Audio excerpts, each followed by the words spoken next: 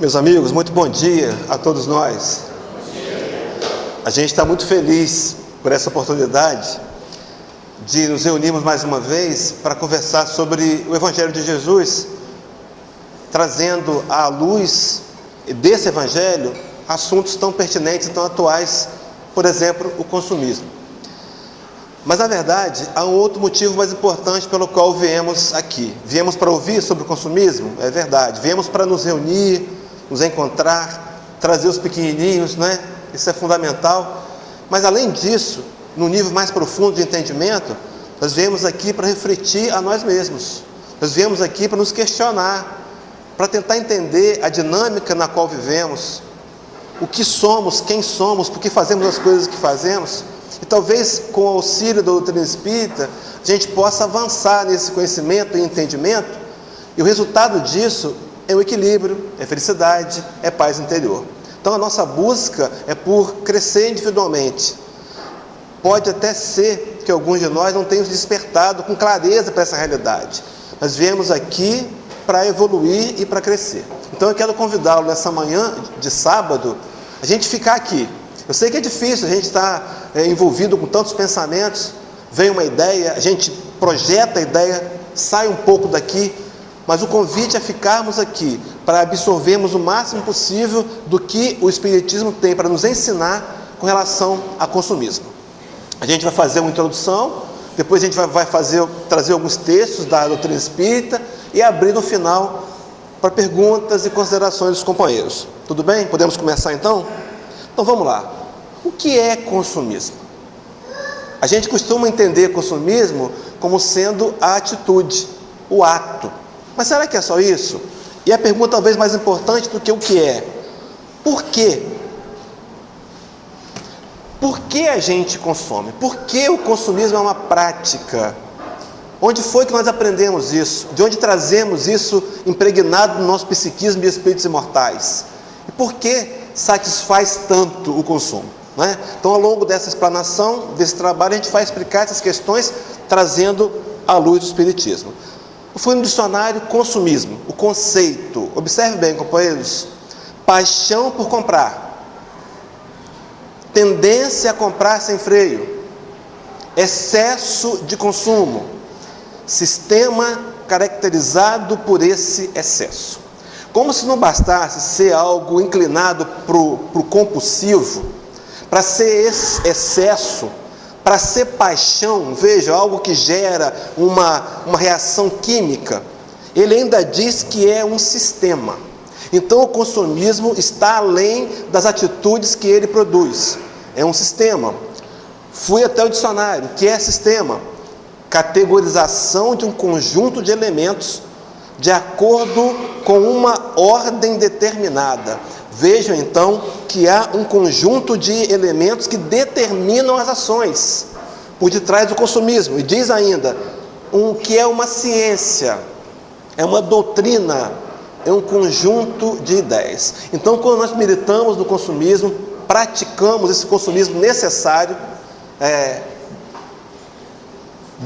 dentro das proporções de necessidade, a gente percebe que ele tem ideias que nos impulsionam. Meus irmãos, nós somos movidos por ideias, nós somos movidos por influências o tempo todo. Estamos sendo influenciados aqui agora pelo Espiritismo, estamos influenciando a nós mesmos e as pessoas à nossa volta, e o dia inteiro fazemos atitudes que influenciam e somos influenciados. Mas vejam bem, essas ideias impregnadas do consumismo, vou trazer algumas, porque a proposta não é falar de consumismo, é falar do que o Espiritismo tem com relação a esse assunto. Por exemplo, os supérfluos, né? A gente acostumou a fazer com que coisas que são supérfluas se tornassem necessidade. Nós temos uma facilidade de migrar. Por exemplo, compramos um smartphone novo, e aí sai um modelo mais atualizado.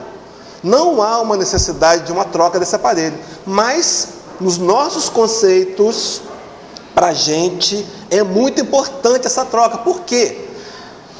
O consumismo alimenta a ideia da importância de supérfluos.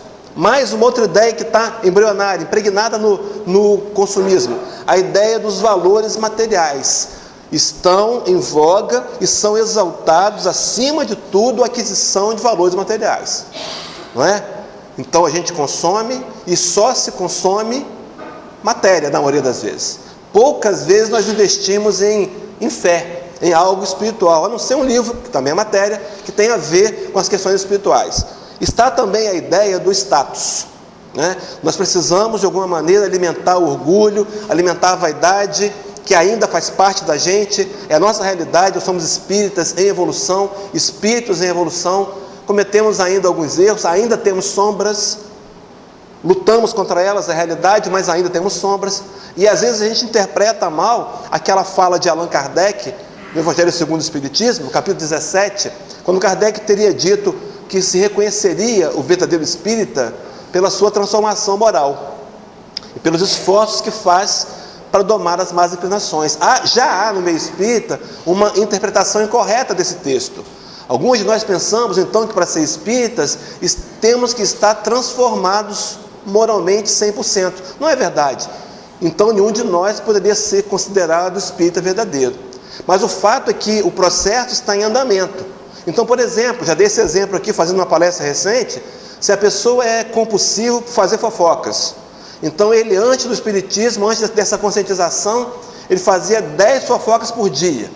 E agora ele percebeu o mal que isso produz e ele está tentando se controlar. E agora ele consegue fazer 5 fofocas por dia. Ele está tendo uma transformação moral? Com certeza. Ele é o espírita verdadeiro? É. E ainda no negativo. Até chegar o momento em que ele vai perceber que conseguiu controlar o mau hábito de falar dos outros, e vai perceber que a única forma de crescer é quando ele traz o foco para si mesmo. Levaria Jesus, né, ter dito a gente no Sermão do Monte, que antes de tentarmos tirar o cisco do olho do nosso irmão, deveríamos tirar o cisco, a trave do nosso próprio olho, ou seja, olhar para a gente. Mas o que é o status, né? Recentemente eu ouvi um vídeo, e a pessoa dizia que status é você comprar as coisas que não precisa, muitas vezes com o dinheiro que não tem, para impressionar a quem não interessa. Então é seu vizinho, nossa, o seu vizinho te olha, nossa, olha o carro dele, esse cara deve ser muito poderoso, não sabe a prestação, onde está o esforço que você está fazendo. Mas a ideia do status alimenta a vaidade e orgulho. Além dessa ideia, a ideia equivocada de sucesso. A gente pensa, nós capitalistas, numa comunidade do sistema capitalista, sucesso é ter, sucesso é adquirir, né? E mais, mostrar para o outro. Não adianta só ter, os outros têm que perceber que a gente tem. De alguma maneira isso alimenta. Mas alimenta o quê? De onde está vindo isso? Qual o sentimento por detrás disso? Qual a raiz? Isso é saudável? Será que isso nos faz bem? Quantas vezes, meus irmãos, a nossa dor, a nossa frustração, o nosso sofrimento, que levam muitos ao suicídio, é por conta de um valor imaginário, é por conta de um objetivo material que não vai felicitar. A gente trabalha, a gente adquire, os mais experientes aqui vão conferir comigo isso, a gente passa a vida toda projetando um futuro, e quando a gente consegue adquirir as coisas materiais que queríamos, elas não nos alimentam, elas não completam, fica faltando o lado espiritual. Nós conhecemos inúmeras pessoas que estão de bolsos cheios e coração vazios. É preciso entender que o conceito de sucesso não é bem esse que nós aprendemos. Me lembrei de uma história de um certo bilionário americano que queria fazer uma entrevista, isso é um fato real, com um guru lá na Índia. E essa entrevista só permitiria que ele fizesse uma pergunta. E aí então ele só tinha vaga daqui a 6 meses, vejam só. Ele se preparou, foi lá visitar o guru, era uma região muito distante, muito pobre. Quando ele entrou na casa do guru, uma casa muito pobre, só tinha uma esteira e uma moringa com água. Ele ficou tão impressionado com aquilo, que ele perguntou assim para aquele... Acabou fazendo pergunta antes da hora, né? Perdeu a viagem. Onde estão os seus móveis? Ele perguntou ao guru. E o guru olhou para ele impressionado e perguntou, mas o que são móveis, né? E ele ficou assustado. O guru falou, e onde estão os seus móveis? O guru perguntou para ele falou, não, eu estou aqui só de passagem. E o guru respondeu, eu também. Eu também. Meus irmãos, estamos de passagem. Talvez o conceito de sucesso seja necessário de a gente mudar esse conceito, reaprender, porque sucesso não é bens materiais. Vamos ver isso ao longo do estudo. Mais outra ideia, o apelo às compras. Há um apelo, a mídia massifica a ideia de comprar. É toda hora. Nós só vemos anúncios, até a novela tem os merchandising que são ideias de compra. Um apelo à compra, que é facilitado com esse consumismo digital. Sentado em casa, de pijama, podemos comprar o que você quiser, não é? Com um cartão de crédito na mão, com limite bom, você compra o que você quiser. Isso é uma facilidade. Mas por que está escondido por detrás da ideia do consumismo? É essa a proposta. Esse é o questionamento. Será que eu tenho tentado alimentar as minhas frustrações, aliviar a minha própria dor, matando a minha sede, tentando matar com o consumismo? Então vamos lá, vamos avançar nos pontinhos ali com relação a todas essas ideias impregnadas. Esse ismo que eu coloquei ali no i branco, vejam só, ele aprisiona, ele cria o consumismo, cria uma dependência. Há grupos anônimos, aqui no Espírito Santo não temos, mas em São Paulo tem, Rio Grande do Sul tem, chamado Consumidores Compulsivos Anônimos. Eu conheci esse grupo. Ele trata daqueles casos de pessoas que consomem descontroladamente, virado uma doença, uma patologia de fundo emocional. Interessante que quando eu conheci esse grupo lá em São Paulo, na sala do lado, sabe qual era o grupo anônimo que funcionava? Devedores Compulsivos Anônimos. Impressionante, né? Parece que um sai da reunião e vai para outra. Uma doença que aprisiona, uma doença, meus irmãos, que escraviza e que infelicita. E quando a gente pensa que infelicita, a gente vai ver que é um consumo que consome. Muitos estão sendo consumidos emocionalmente porque precisam ter, investem, fazem de tudo, até se vendem, até se permitem ações, por exemplo, numa falcatrua qualquer, são seduzidos por um dinheiro fácil, por conta da necessidade do ter. Mas a pergunta é, por quê?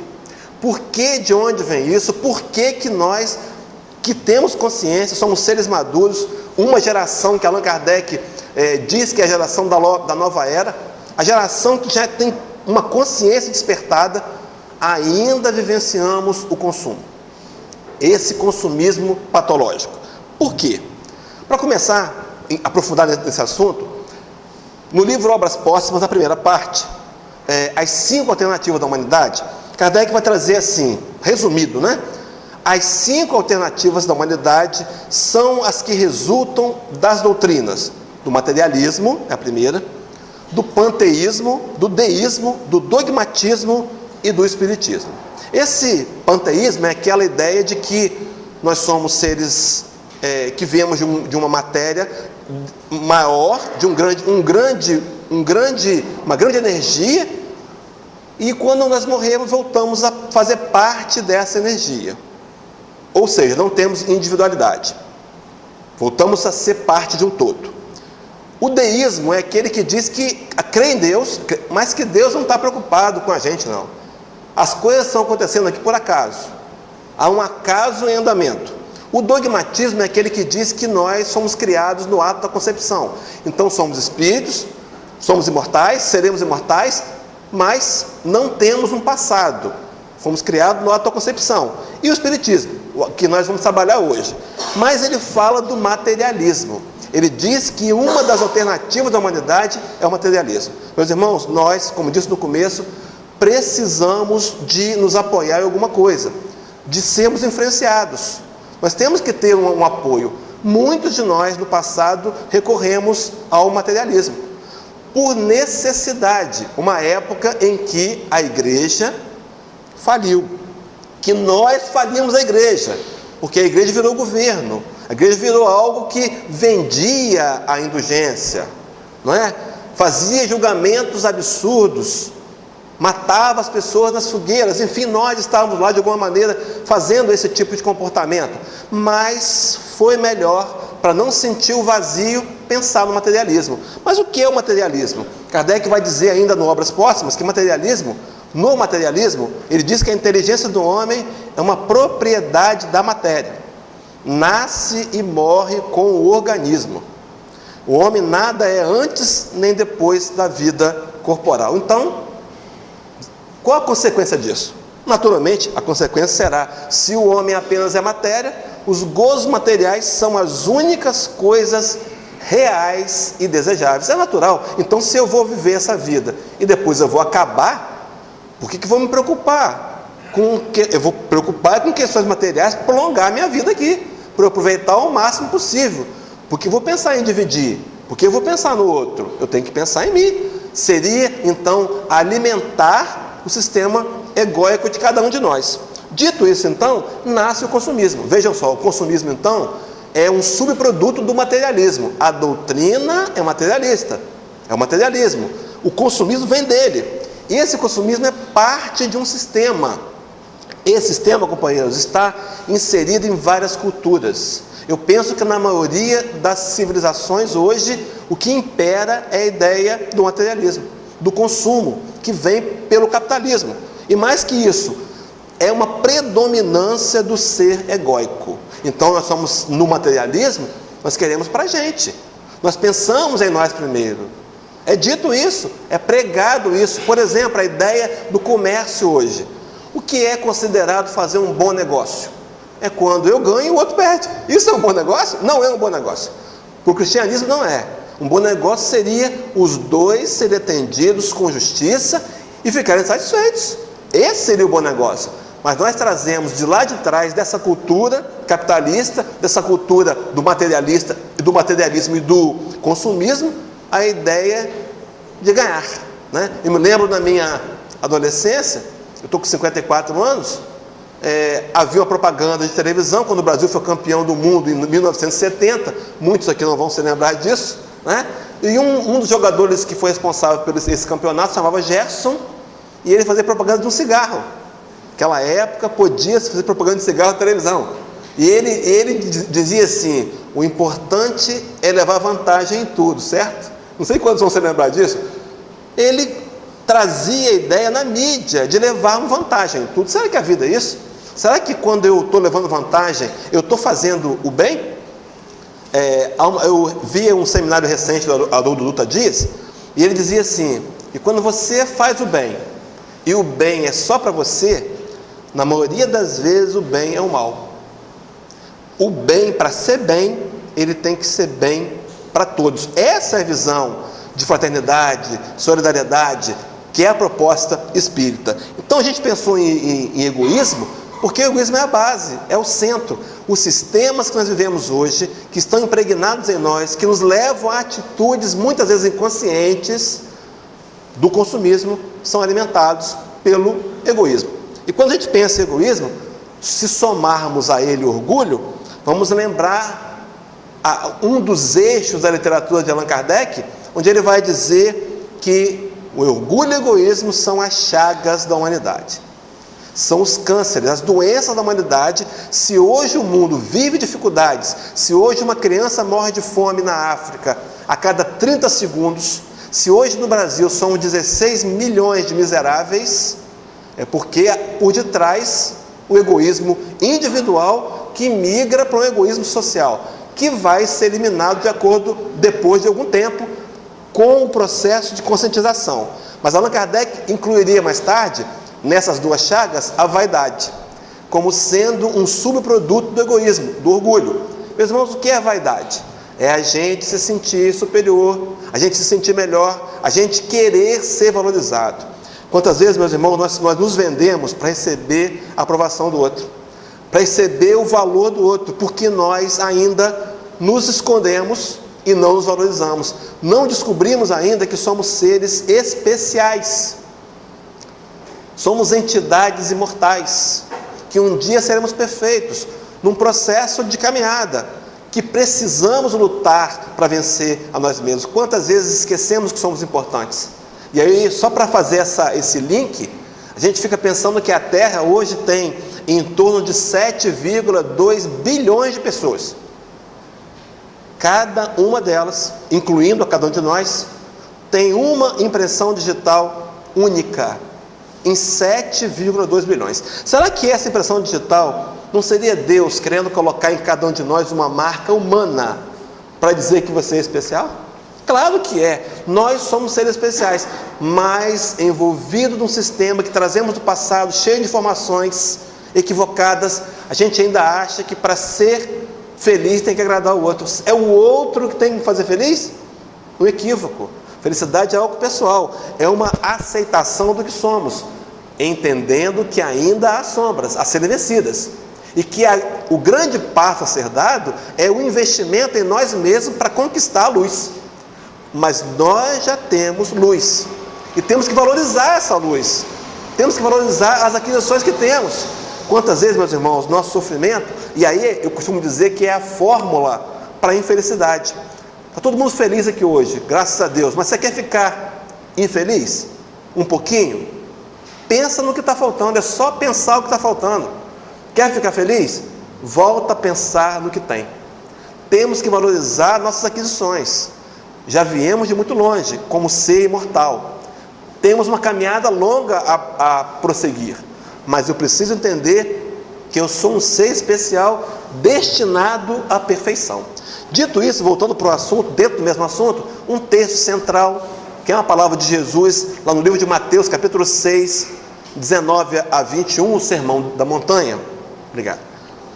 Diz assim, um texto que a gente conhece: não ajunteis tesouros na terra, onde a traça e a ferrugem tudo consomem, e onde os ladrões minam e roubam. Palavra de Jesus: não ajunteis tesouros na terra. Uma orientação, meus irmãos, que passa às vezes desapercebido, porque é um não, e nós temos dificuldade de entender o não. A gente rejeita muito os nãos. Por isso, Moisés, no Pentateuco, lá nos 10 mandamentos, foi muito pouco bem interpretado, foi mal interpretado, não é? Poucos entenderam as proibições. Nós não gostamos de ser proibidos, mas ele está dizendo: não ajunteis tesouros na terra, porque aqui a ferrugem e as traças corroem, os ladrões roubam, os bens materiais são perecíveis, não duram para sempre. Meus irmãos, e cabe aqui uma reflexão: quantas vezes nós perdemos amizades, ficamos extremamente estressados, vivemos mal, infartamos e morremos por conta de valores materiais? Será que eu tenho que dar valor às coisas materiais? Sim, claro, eu estou vivendo no mundo material, um espírito imortal na matéria, tem que valorizar as coisas materiais, sim, mas muitas vezes não deixo nenhum espaço para valorizar as coisas espirituais. E olha o que vai dizer Jesus na sequência do texto: mas ajuntai tesouros no céu, onde nem a traça nem a ferrugem consomem, e onde os ladrões não minam nem roubam, porque onde estiver o vosso tesouro, aí estará também o vosso coração. Esse tesouro são os nossos valores. Quais são os nossos valores, companheiros? Será que eu tenho plena convicção que eu sou um ser espiritual? É essa a questão, essa é a luta. A gente acordar de manhã e lembrar: eu sou um ser espiritual, vivendo mais uma experiência na matéria de tantas que já vivi e de tantas outras que ainda hei de viver, até atingir a perfeição. Mas quais são os meus valores? Quando fala em tesouro, a importância de refletir, porque onde estiver o teu valor, aí vai estar o teu coração. A gente começa a perceber, fazer uma ligação racional. Eu sou movido pelos meus valores. Se eu olhar para minhas atitudes externas, eu descubro meus valores. Valores que muitas vezes estão camuflados, escondidos, maquiados, porque eu não dei conta, ou não quero dar conta, porque eu estou acomodado numa vivência mais ou menos morna. É preciso, a hora é de reflexão para um posicionamento correto, e dessa vez, meus irmãos, a favor do Evangelho de Jesus. É a nossa luta nos últimos 2000 anos, entender Jesus, entender o seu Evangelho, e conseguir fazer o Evangelho, deixar de ser de Jesus para ser nosso, porque um dia esse Evangelho vai ser o nosso Evangelho. As verdades do Evangelho, os princípios espirituais profundos do Evangelho serão nossos, e nesse momento a gente vai conseguir integralmente vivenciar Jesus. Hoje estamos em transição, mas a luta é continuada, as vitórias acontecem dia após dia. Os erros fazem parte da história. Quantas vezes, meus irmãos, nós não nos permitimos errar, não queremos errar, impregnados por uma outra dificuldade chamada perfeccionismo, uma outra doença psicológica. Não admitimos que erramos. Nós somos seres que ainda erramos e precisamos reconsiderar a nossa posição com relação aos erros que cometemos. Quantas vezes somos críticos, censores, carrascos de nós mesmos? Está na hora de compreender que os erros fazem parte da nossa personalidade ainda.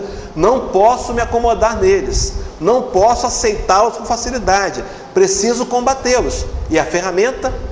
O Evangelho.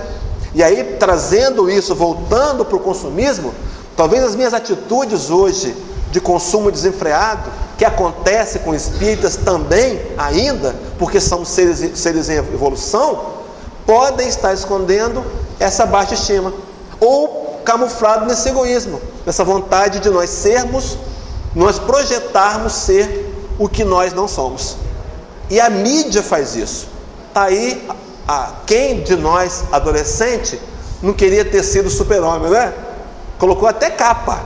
A gente queria ser os atores de Hollywood, mas nós somos melhores que eles, nós somos nós mesmos, que um dia seremos um Cristo. Dito isso, e avançando no raciocínio, tem um dito popular com relação à matéria que diz assim: quando morrermos, o que temos vamos deixar aqui, o que somos vamos levar. A importância então do investimento na construção dos valores do ser. Aprender a amar mais, ser mais tolerante, perdoar mais a nós mesmos e ao outro, ser mais compreensivo, ser mais amoroso, gentil.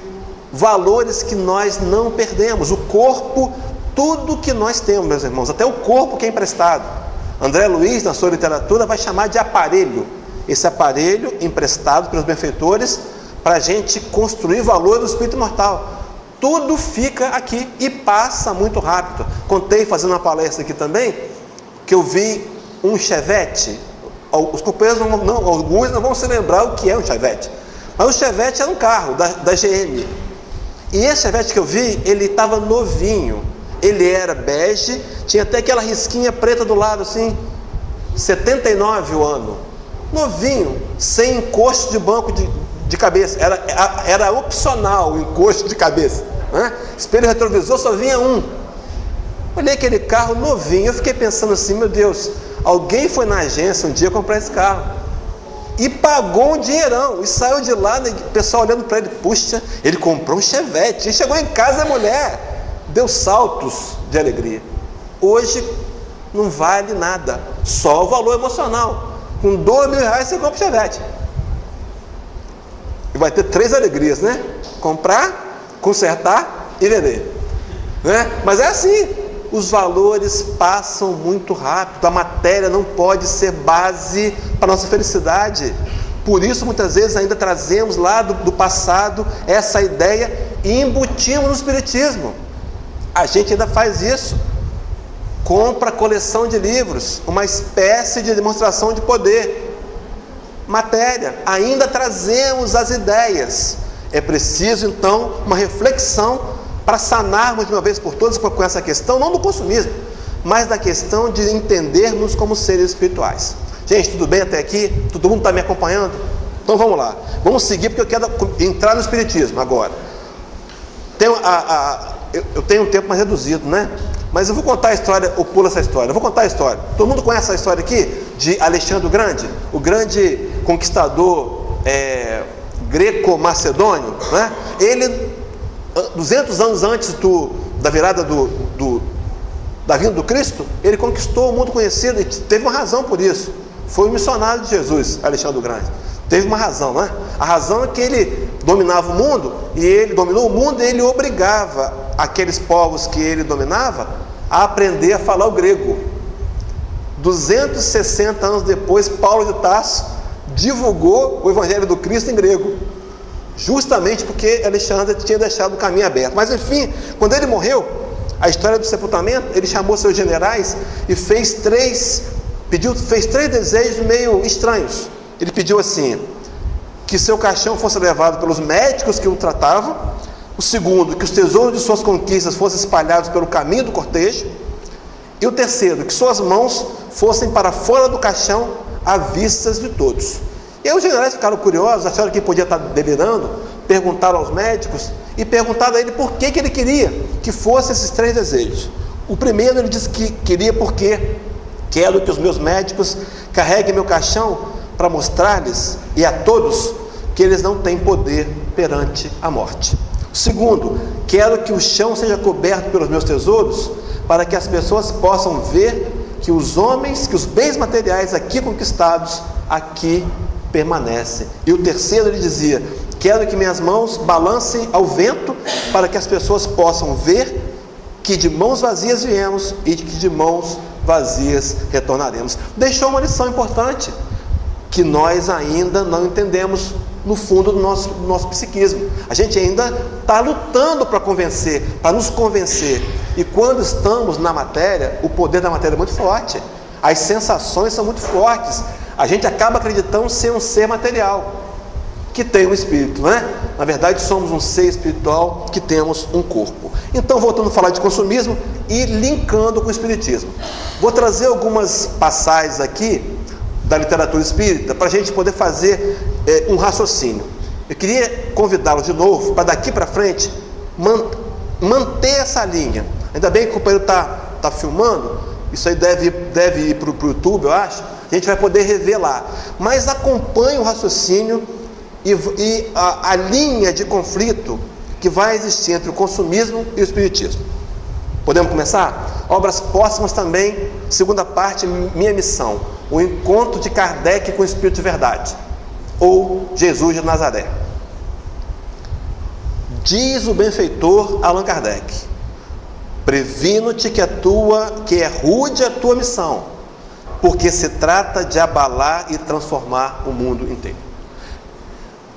O benfeitor está dizendo para Allan Kardec que o espiritismo ele viria para abalar e transformar o mundo inteiro. Meus irmãos, nós sabemos hoje, na nova era, na transição do planeta para a regeneração, que essa doutrina vai impregnar todos os conhecimentos.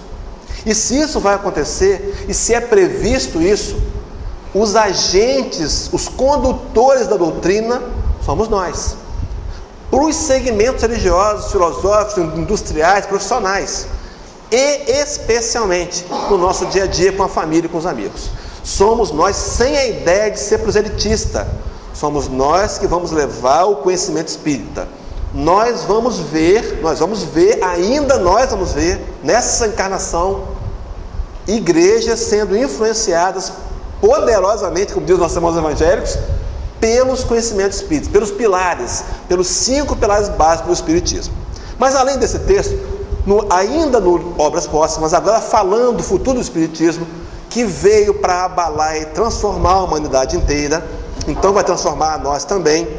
Diz assim sobre o futuro do espiritismo: o espiritismo é chamado a desempenhar imenso papel na Terra. Ele reformará, olha só, a legislação ainda tão frequentemente contrária às leis divinas. Nós vemos hoje a justiça, o Dr. Castro Dumont, que não me deixa mentir, que nem sempre é justa. Nem sempre é justa. Nós vemos acontecer coisas que são respaldadas por uma sentença judicial que está errado. Mas um dia o espiritismo vai influenciar para que as leis sejam de fato justas. Diz mais: retificará os erros da história, os erros que nós cometemos e que algumas vezes invigilantemente acusamos e apontamos os dedos para o passado. Emmanuel, mentor de Chico Xavier, no livro Inspiração, ele vai dizer que nós somos herdeiros de nós mesmos. Meus irmãos, somos nós que criamos as leis erradas. Os equívocos da história, fomos nós que julgamos Jesus de alguma maneira. Fomos nós que, naquela assembleia, decidimos fazer as cruzadas. Fomos nós. Não dá para culpar o outro. A gente tem uma certa resistência com os fariseus, eram mentirosos, eram hipócritas, né? Uma certa ocasião o Cristo disse que eles se assemelhavam a sepulcros caiados, brancos por fora e cheios de podridão por dentro. Mas fomos nós no passado, fomos nós lá atrás. Não dá para julgar os outros. Os erros da história que nós cometemos estão em nossas mãos para serem corrigidos. Essa é a verdade. Sigamos. Restaurará o espiritismo a religião do Cristo. instituirá a verdadeira religião, a religião natural, a que parte do coração e vai diretamente a Deus. E completa e finaliza dizendo: extinguirá para sempre o ateísmo e o materialismo. Percebam, companheiros, que o ateísmo, essa proposta de que Deus não existe e que nós somos seres materiais, linkada, fruto do materialismo também, são propostas filosóficas que interferem no nosso pensamento moral como indivíduo, como espíritos imortais. Percebe o materialismo por detrás disso? E aí levaria Allan Kardec perguntar aos benfeitores na questão 799: de que maneira pode o espiritismo contribuir para o progresso? Ele está falando em progresso. Nós começamos hoje a estudar aqui na casa a lei do trabalho. Tem uma ligação, não há progresso sem trabalho. Mas de que maneira o espiritismo contribui? Responde os benfeitores: destruindo o materialismo, que é uma das chagas da sociedade. Vejam, as chagas da humanidade, orgulho e egoísmo, produziram o materialismo, que é uma das chagas da sociedade. Eu vou rapidamente ler o restante dos slides. Ele faz com que os homens, o espiritismo, compreendam onde se encontram seus verdadeiros valores. Meus irmãos, repetindo mais uma vez, nós somos seres espirituais. Onde estão os nossos valores? Aquela frustração, eu queria tanto ter, lutei tanto para ter, agora eu tenho, mas o resultado não me satisfaz. Não é assim? Aquele cheirinho do carro novo. Tem até spray para cheiro de carro novo, para quem quiser renovar a emoção.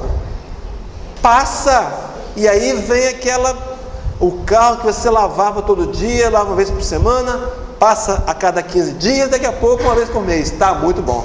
Vai perdendo valor, porque não alimentou. Nós somos seres espirituais. Naquela passagem do encontro de Jesus com a mulher samaritana, do poço de Jacó, na cidade de Sicar, o Cristo olha para aquela mulher, pede água, ela questiona: por que está pedindo água? Ela é samaritana, ele é judeu. Naqueles dias, uma mulher samaritana, uma mulher fora de casa, não podia falar com um homem se não fosse o pai ou o marido.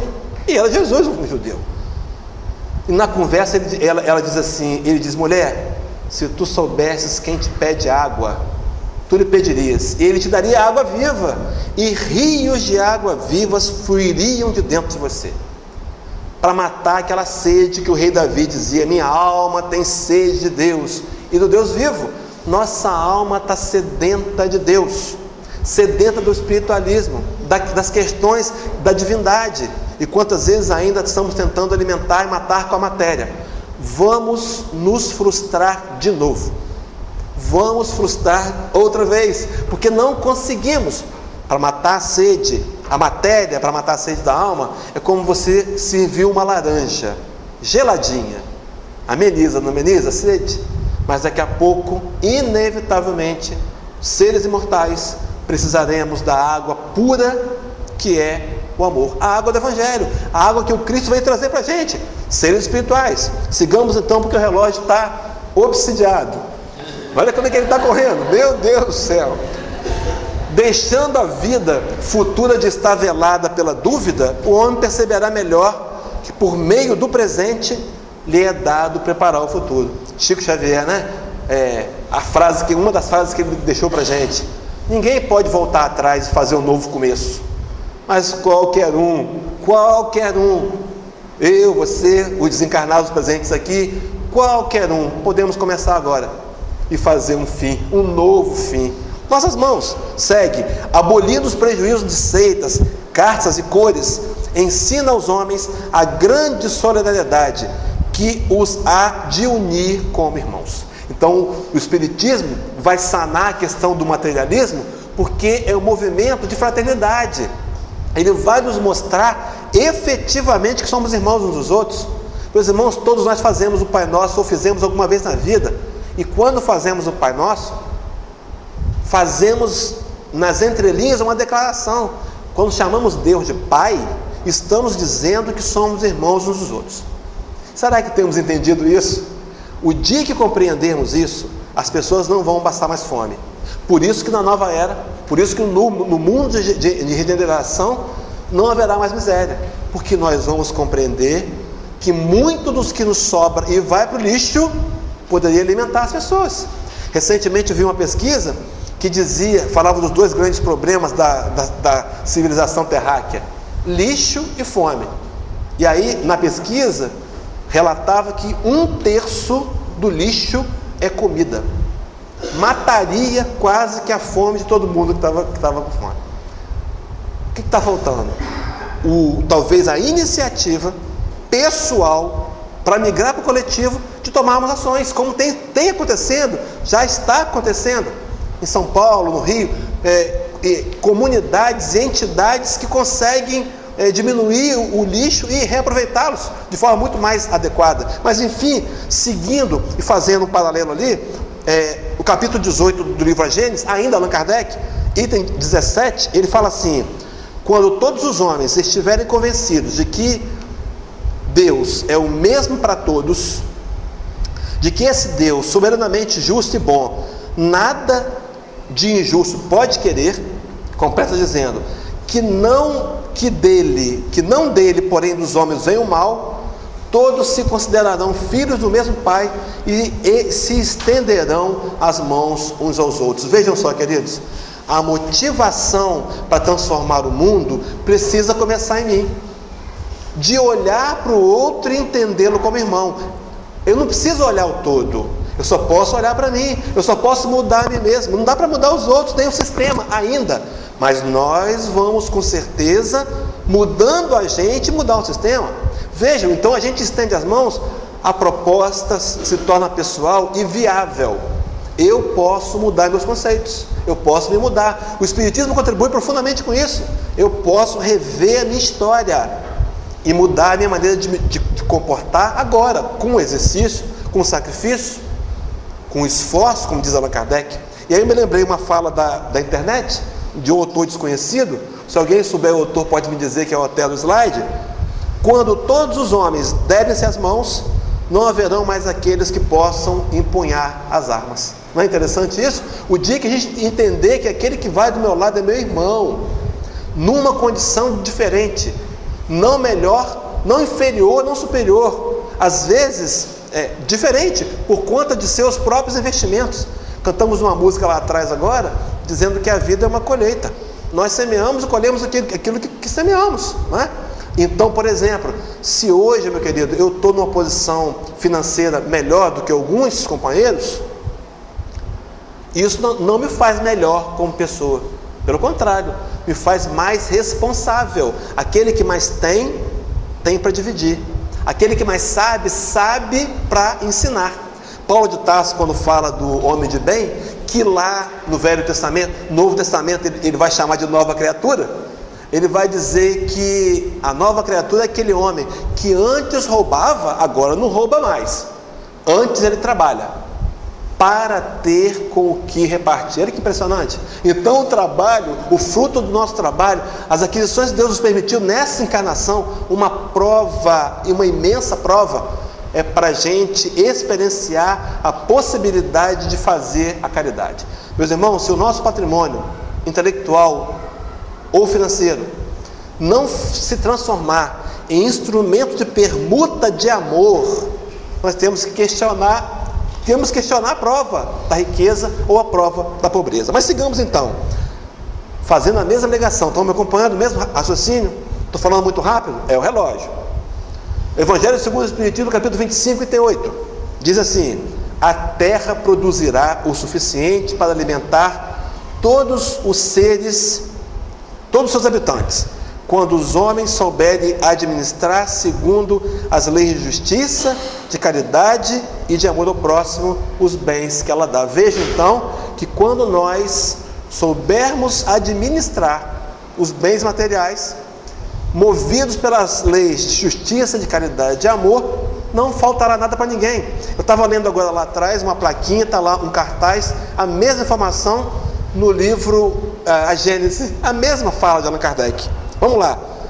Quando a fraternidade reinar entre os povos, quando a fraternidade reinar entre os povos, como entre as províncias de um mesmo império, o momentâneo supérfluo de um suprirá a momentânea insuficiência do outro, e cada um terá o necessário. Guardem o necessário. Guardem que eu vou voltar nele daqui a pouco. Completa então, segue os benfeitores. O rico então considerar-se-á como um que possui grande quantidade de sementes.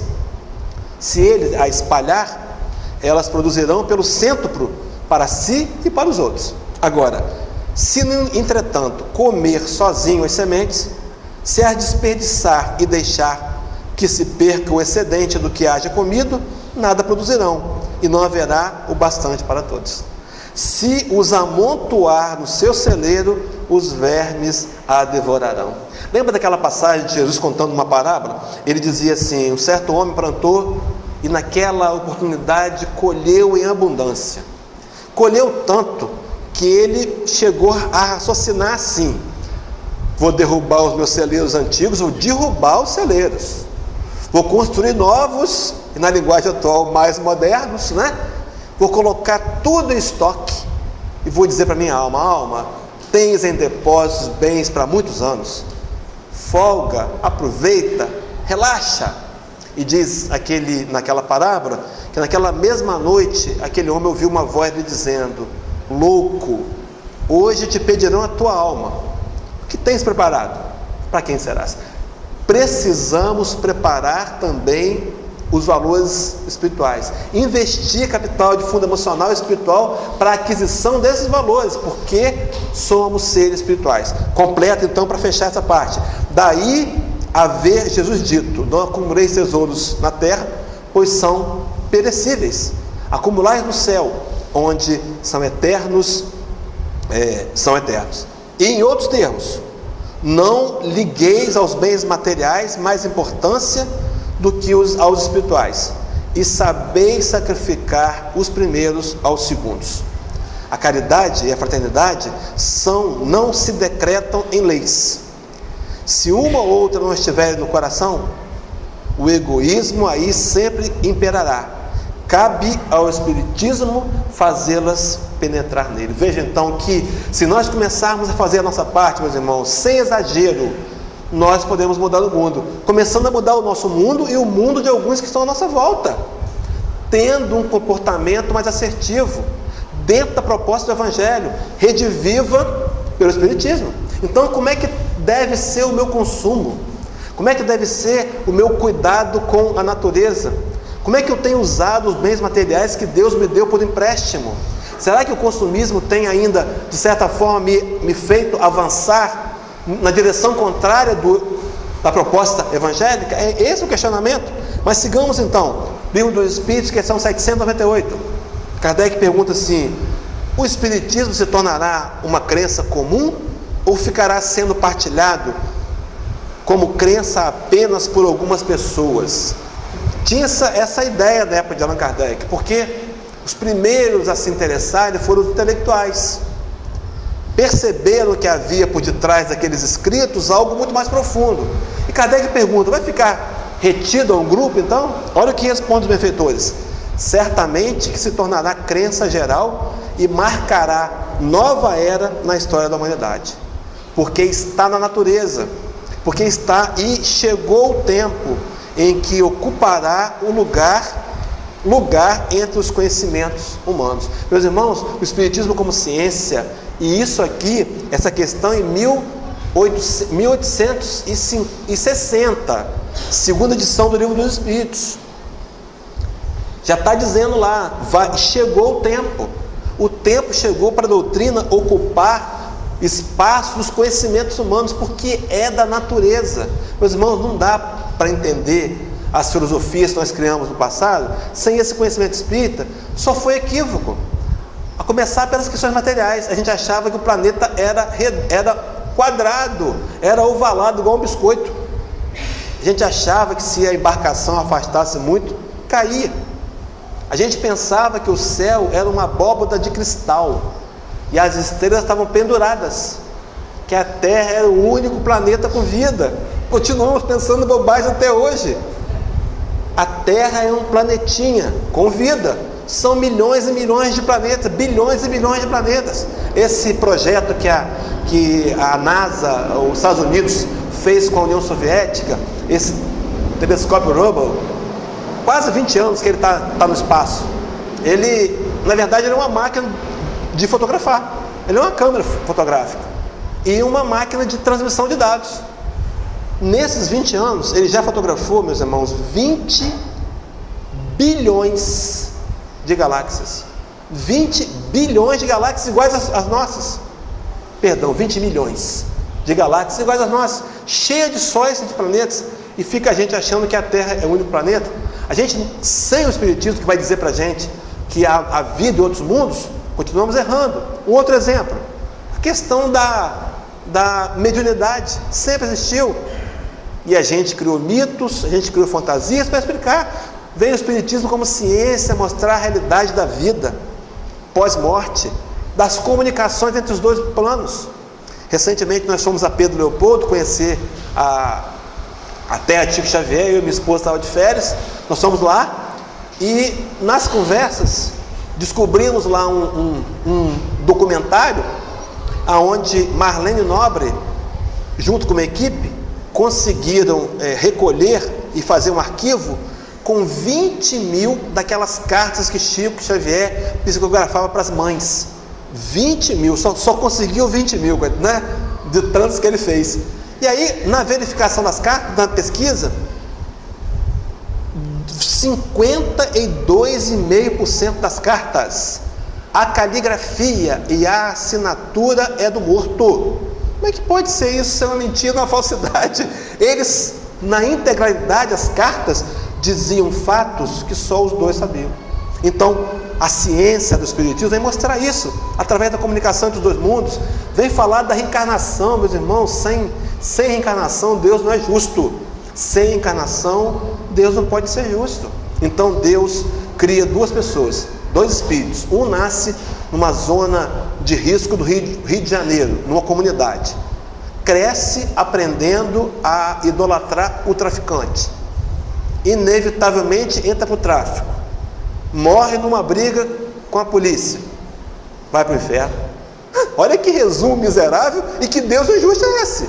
Se você for para a escola, nós podemos ir para a escola, tiver uma família estruturada, tiver uma oportunidade de arrumar um emprego, aí eu vou para o céu. Não tá, tem uma coisa errada. Sem as reencarnações, sem a ideia clara da lei de encarnação, não há justiça. Veja bem então, esses conhecimentos, meus irmãos, vão chegar para as outras religiões, né?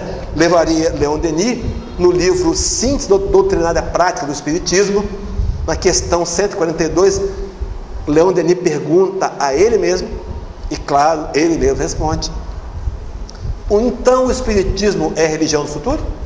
E ele responde: não, ele é antes de tudo o futuro das religiões. Os seus companheiros conhecem aqui a igreja cristã Maranata.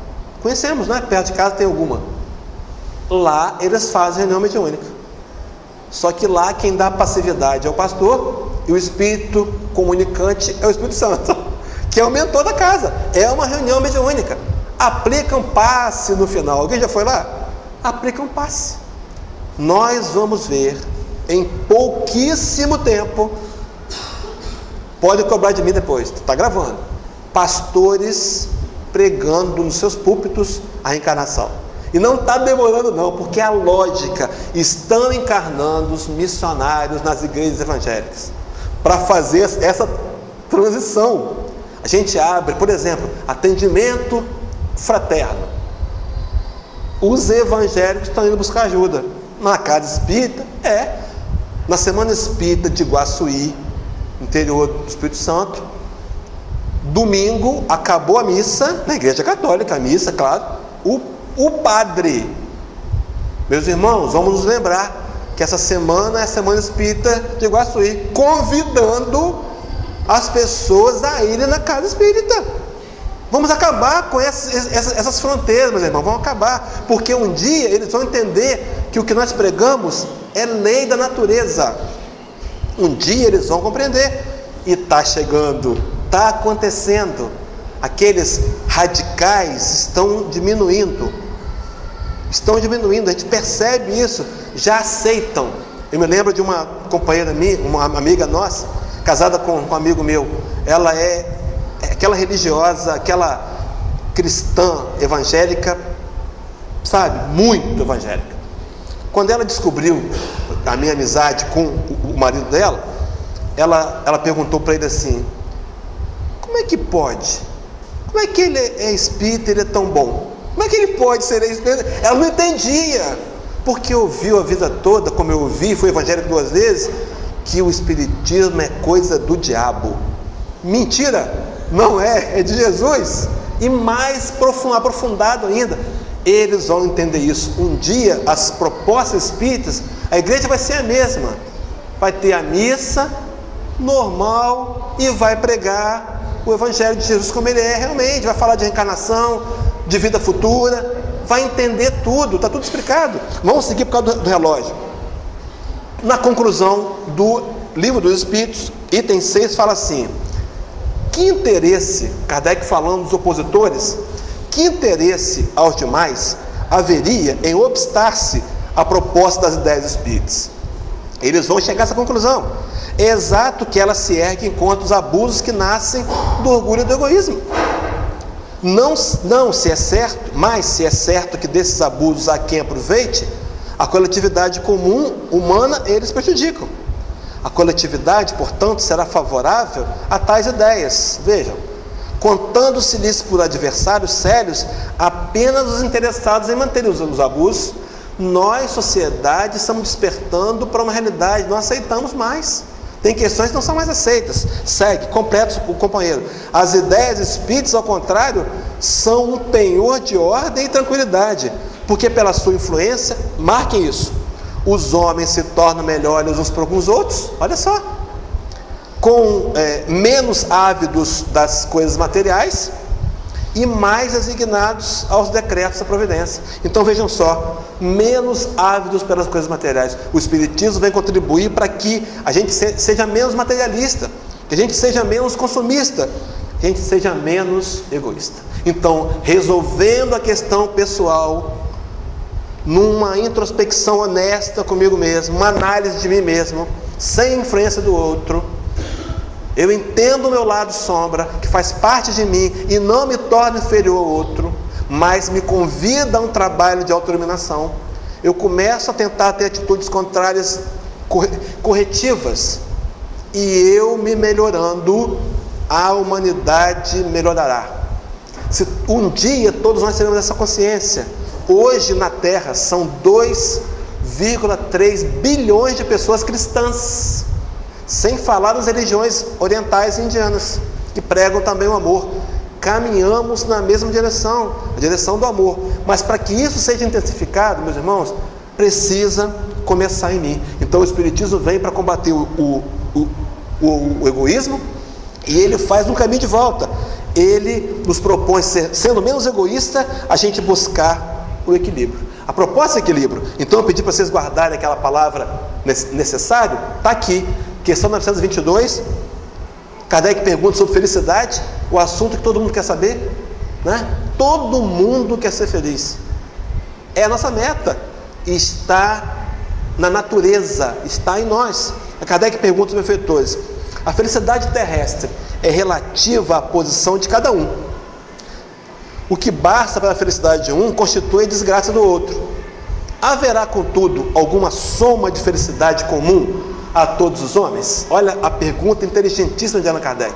Agora olha a resposta dos benfeitores. Com relação à vida material, posse do necessário, respeitando o necessário para cada um. Para alguns de nós é real a necessidade de ter 2 carros na garagem. Para outros não é necessário mais ter um carro, não é? E diz mais, com relação à vida moral, a consciência tranquila e a fé no futuro. Então eu não preciso, para ter felicidade, ter o básico e ter consciência tranquila. O que é consciência tranquila? Eu ter feito o que eu podia fazer. Acertei tudo? Não, mas eu fiz o meu melhor, pronto. E fé no futuro?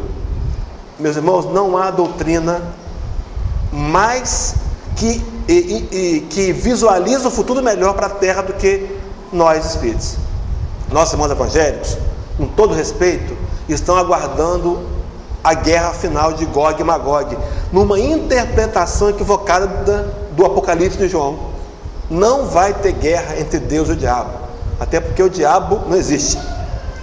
A guerra de Deus e o diabo está acontecendo agora dentro de mim, dentro de você. A guerra é a mesma. As minhas más índoles, os meus desejos perversos, a minha inclinação para o mal, e do outro lado o convite de Jesus amoroso para a luz. A luta é essa. O diabo vai ser derrotado. Eles têm razão de alguma forma, porque nós nascemos para ter luz e para ser luz e para sermos felizes. Então, seguindo, ele fala de posse do necessário. E, queridos, a gente pergunta: o que é necessário? É algo essencial, indispensável. Não dá para não levar. Não dá para não levar.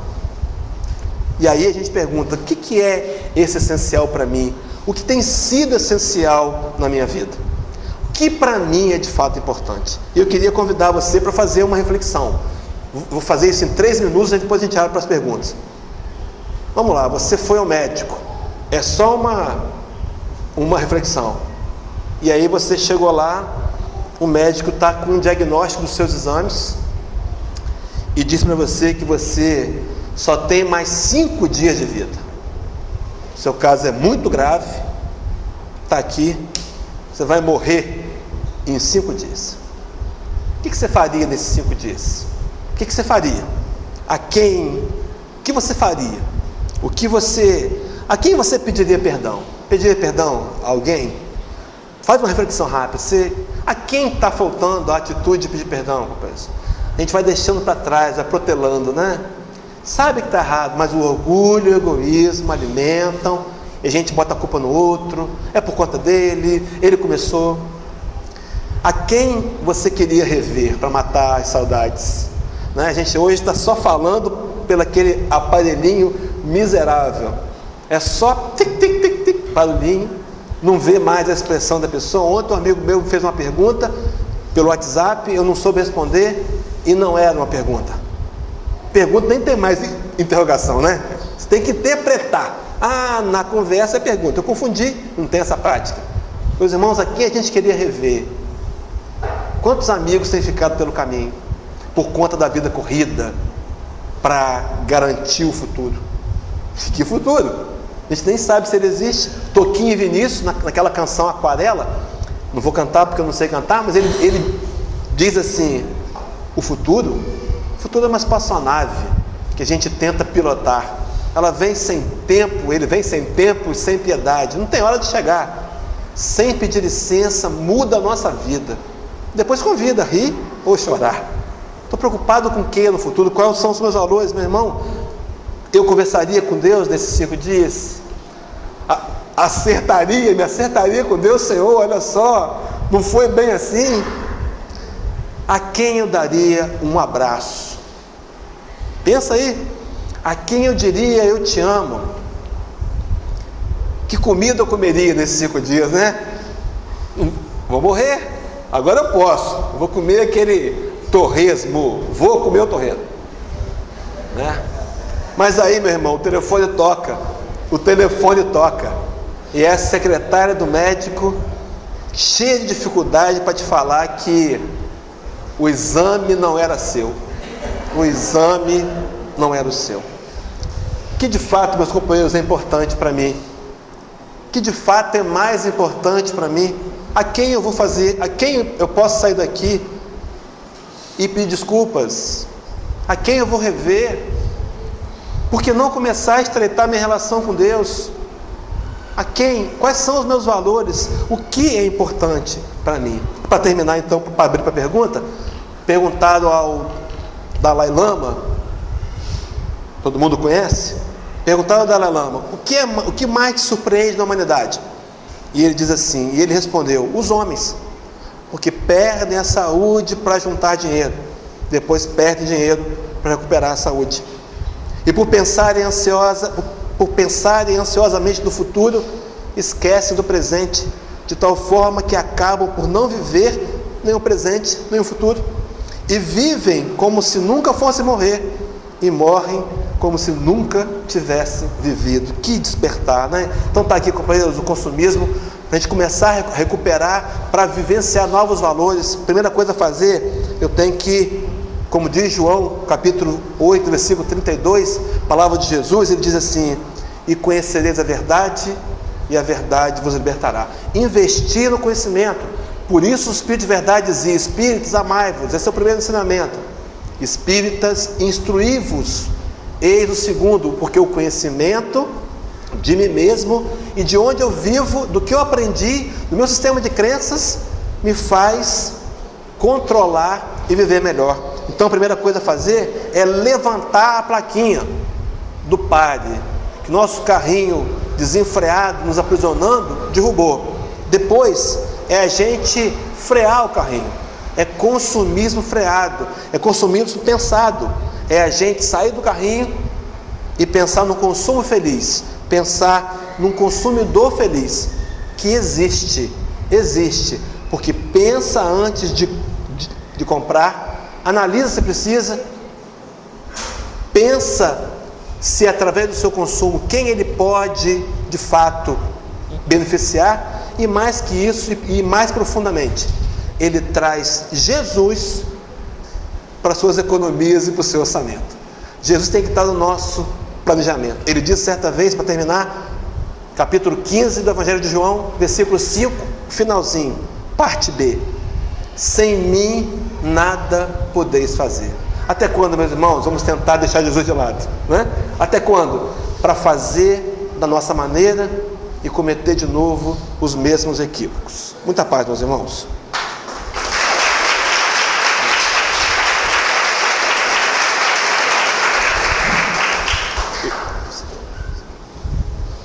Obrigado. E a gente agora abre para algumas perguntas, algumas reflexões. Coloca no microfone. Ah, tá. Fica em pé ali também. Gente, se não tiver pergunta, eu perco meu emprego, hein? Pelo amor de Deus.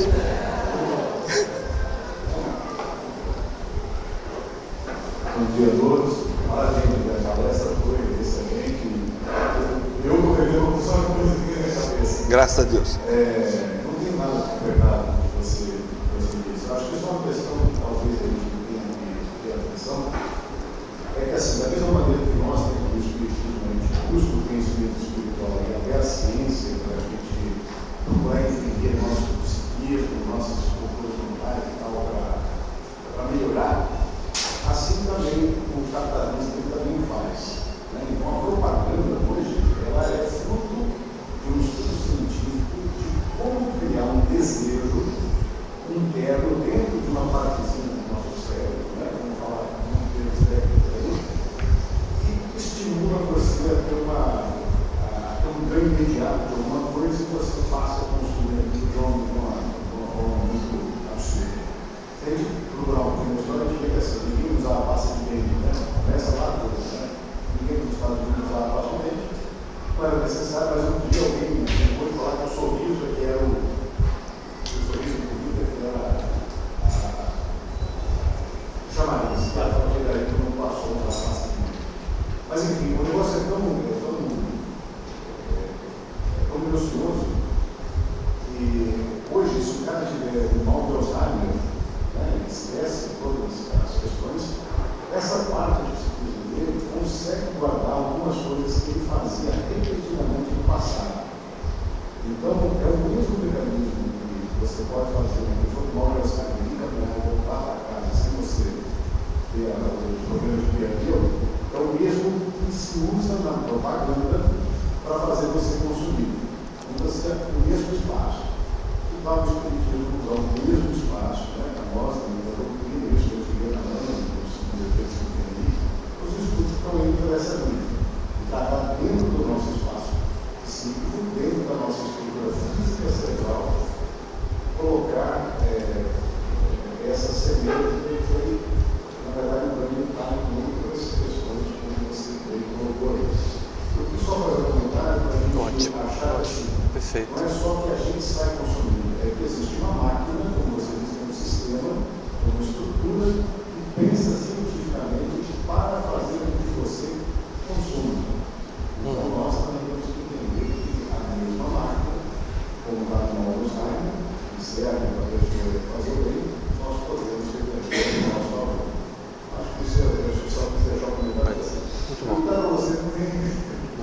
verdade, tem que eu pensei que tudo que eu tenho que doar, vender, fazer, mudar a vida. Excelente a contribuição do companheiro, né? Excelente contribuição.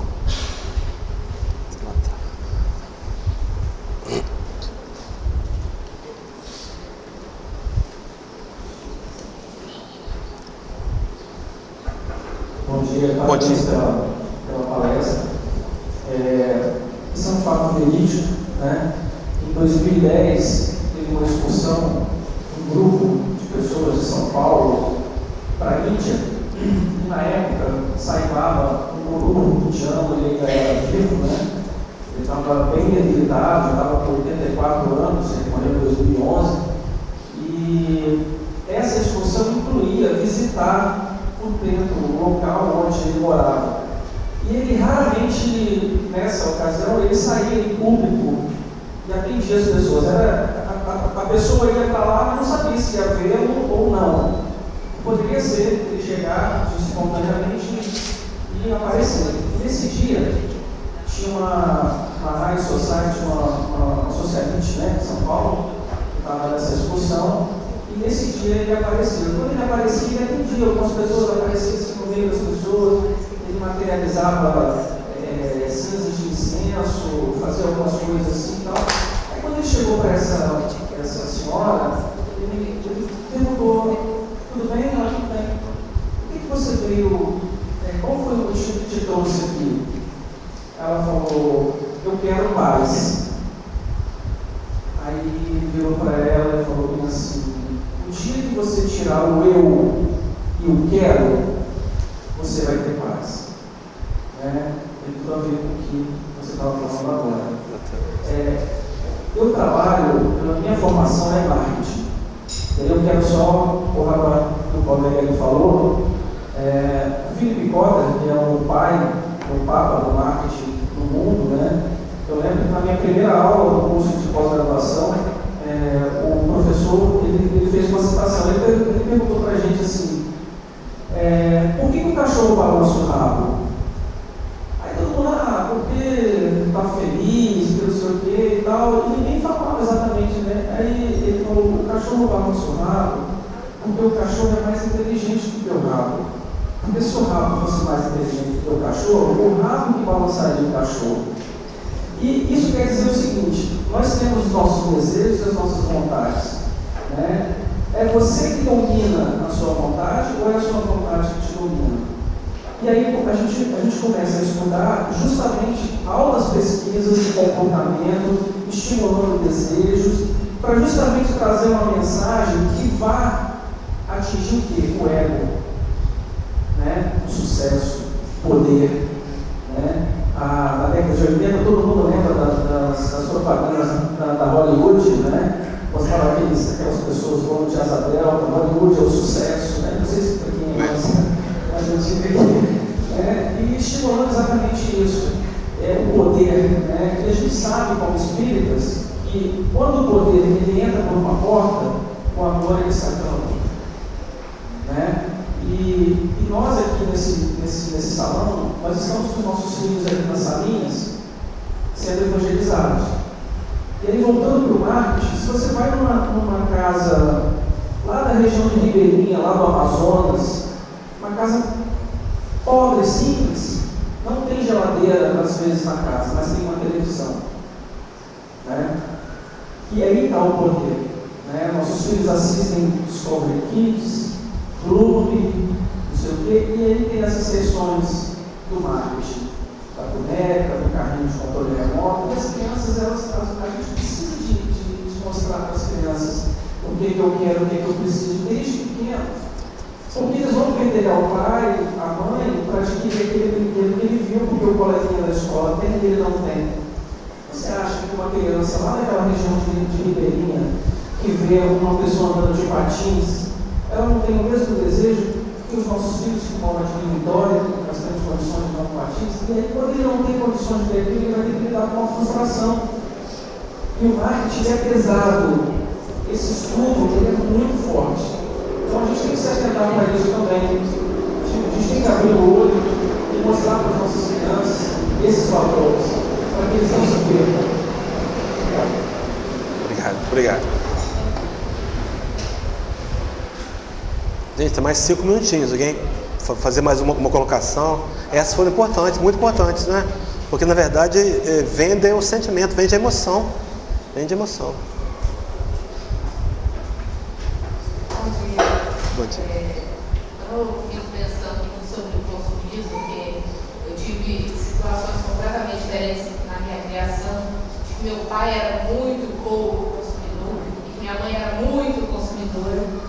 Você fica assim, né? E tipo, você entra numa loja, a mãe fala, vamos levar um vestido, que não sei o quê. E eu sempre fui mais de afinidade, né? Assim, mais espelhada no meu pai. E a vendedora ficava assim, mas como que você está recusando o que sua mãe está te oferecendo? Aí vem aquela situação que você, parece que você quer errada, né? Aí eu falava, mas é porque eu não estou precisando, porque eu tenho um vestido. Não, mas então leva a bolsa. Eu falei, mas eu também não estou precisando da bolsa. Então fica aquela oferta que parece que se você fala um não, ou você rejeita, vamos assim dizer, uma oportunidade de possuir, parece que você é o estranho da situação. Então eu convivi muito com esse dilema e graças a Deus a minha mãe também reduziu muito o vício de perfumes que tinha que ter um para cada dia, sei lá, um negócio assim. Eu falo, gente, cheiro é um negócio tão característico para mim que quando eu gosto do cheiro, eu gosto de ter ele. E as pessoas quando passam assim, aquele é o cheiro, alguma coisa assim. Então assim, foi um trabalho que eu acho que hoje a gente tenta passar por Pedro e a gente fala isso muito tranquilamente, eu não tenho dinheiro para isso, né? Ah, mas é um pirulito, 10 centavos. Não, mas hoje eu não tenho dinheiro para isso. E ele fala assim, mas não tem dinheiro. E ele fala assim, tranquilo. E a gente percebe que enquanto a gente alimenta, não pode sair e passar na frente de uma padaria sem comprar um pirulito, um picolé, são coisas muito pequenas, mas um dia ele pode ficar como não, né? Pode sofrer essa frustração e do jeito que a gente lida, às vezes não é frustração, né? Às vezes a gente tem esse peso de tipo, vai ficar decepcionado, não vai querer mais sair, não vai um monte de coisa, mas às vezes não é. E só para finalizar, eu vejo a minha concepção de consumismo ou do ter como distração. Eu acho que são várias oportunidades que a gente tem de não perceber o que a gente está fazendo aqui. E quanto mais a gente se apega a isso, tenho que ir no shopping, eu tenho que parar, tenho que fazer isso, tenho que fazer aquilo, a gente passa 98% do nosso dia pensando, a parte que a gente está acordada, né? A gente pensando em coisas que não são a essência do nosso existir, do que eu estou fazendo aqui. E quando eu não penso no que eu estou fazendo aqui, eu estou fazendo tudo errado. Porque a gente está aqui para alguma coisa. Alguém está pensando. A gente não está aqui desfilando nem exibindo roupa nova. A gente não está fazendo isso. A gente está aqui para aprender, para se melhorar. E enquanto eu me distraio, a gente brinca muito com os meninos da juventude. Enquanto eu não tenho um momento reflexivo, desculpa a expressão, de sentar para fazer as necessidades fisiológicas e tem que estar agarrado com o negócio para se atualizar no vídeo, com não sei o quê, eu não tenho aquele momento de tranquilidade no chuveiro, de pensar como foi meu dia, de estar no carro, em silêncio, de não ligar o som, de falar assim, como é que vai ser meu dia, de dar um dia por dia, vamos assim dizer, a gente perde esses pequenos momentos se distraindo ainda mais, se perdendo de realmente o que é essencial para a gente, né? Não digo não materialismo, porque a gente estamos, né, seres materiais, mas a gente precisa se distrair menos, eu acho. Verdade. Obrigado. Então, deu o horário, né? Eu queria só agradecer os companheiros aí pelo carinho, pelo convite da casa, e que a gente possa sair daqui para tentar levar essas reflexões, para transformar em atitude. Porque senão vai ter sido só mais uma palestra, mais um conhecimento. O importante é sair daqui pensando na gente, repensando os comportamentos. Que Deus nos abençoe a todos. Muita paz para a gente.